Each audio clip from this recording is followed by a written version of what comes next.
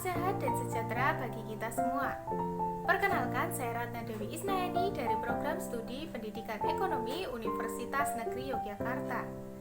Seperti yang sudah kita ketahui saat ini, bahwa lebih dari 1 tahun dunia telah merasakan dahsyatnya pandemi COVID-19. Berbagai pihak belum dapat memprediksi kapan pandemi COVID-19 ini akan berakhir. Sedangkan adanya pandemi COVID-19 ini sudah banyak memakan korban jiwa. Bukan hanya kesehatan dan nyawa manusia, tetapi hampir semua sendi kehidupan tidak dapat berjalan dengan baik. Beberapa negara telah jatuh ke jurang resesi ekonomi, terutama Indonesia. Beberapa ahli ekonomi telah memikirkan berbagai strategi untuk dikaji dalam rangka membangkitkan lesunya ekonomi. Salah satunya adalah dengan mengembangkan ekonomi digital. Untuk lebih lanjutnya, silakan simak video berikut ya.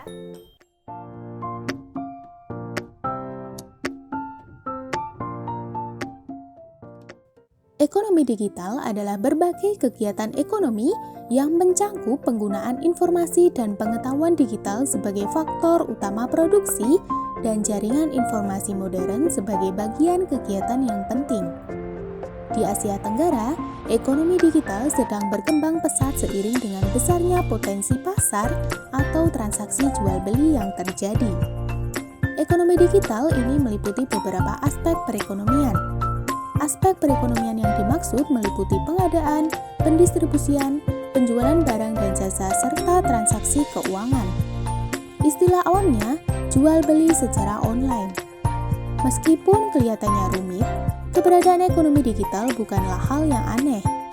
Saat ini, hampir setiap lapisan masyarakat memanfaatkannya untuk melakukan berbagai hal, termasuk jual beli.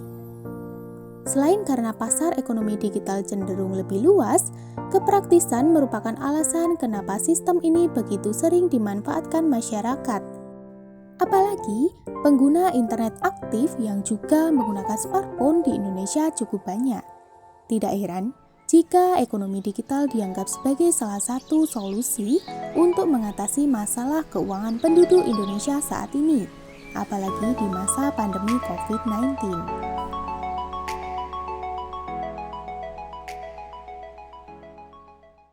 Manfaat adanya ekonomi digital yang pertama adalah mudahnya aktivitas jual beli barang dan jasa. Inovasi yang dilakukan oleh pelaku ekonomi digital membuat masyarakat memiliki banyak platform untuk melakukan aktivitas jual beli. Bagi penjual, keberadaan platform tersebut memudahkan mereka mencari konsumen. Sedangkan bagi pembeli, kemudahan tersebut bisa dirasakan saat ingin mencari barang yang jarang ditemukan di toko konvensional. Manfaat ekonomi digital yang kedua adalah mampu mengembangkan UKM di Indonesia. Keberadaan ekonomi digital dipercaya dapat menjembatani kebutuhan masyarakat dan menggerakkan berbagai sektor usaha. Salah satunya adalah UKM. Jika pada pasar konvensional, UKM sulit mendapatkan kesempatan untuk berkembang. Melalui ekonomi digital, mereka dapat berinteraksi langsung dengan konsumen melalui e-commerce yang saat ini sedang menjamur. Segala bentuk inovasi pada dasarnya adalah untuk meningkatkan kualitas hidup masyarakat menjadi lebih baik lagi. Begitu pula dengan adanya keberadaan ekonomi digital. Adanya inovasi dalam bidang ekonomi ini diharapkan menjadi solusi yang tepat untuk memakmurkan dan meningkatkan potensi anak bangsa.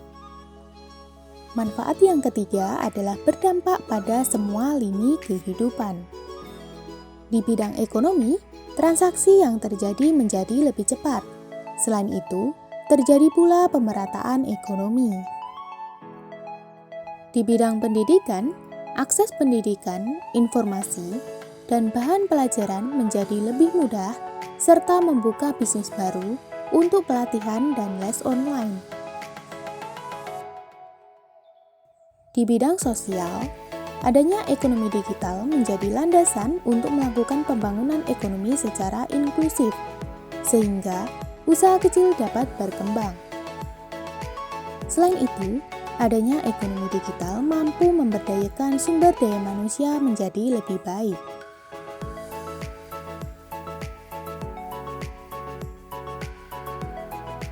Ekonomi digital di Indonesia semakin dikembangkan dan diintegrasikan oleh pemerintah melalui peraturan dan workshop yang diadakan oleh kementerian. Walaupun demikian, praktik digitalisasi ekonomi telah lama berlangsung di Indonesia. Contohnya dalam hal transportasi, sistem pembayaran, dan dalam hal jual beli. Contoh penggunaan ekonomi digital yang sering kita ketemui dalam hal transportasi seperti Gojek dan Grab, dalam hal sistem pembayaran seperti OVO, Dana, dan Link Aja, sedangkan dalam hal jual beli seperti Bukalapak dan Lazada. Sekian yang dapat saya sampaikan, semoga bermanfaat dan berguna bagi kita semua.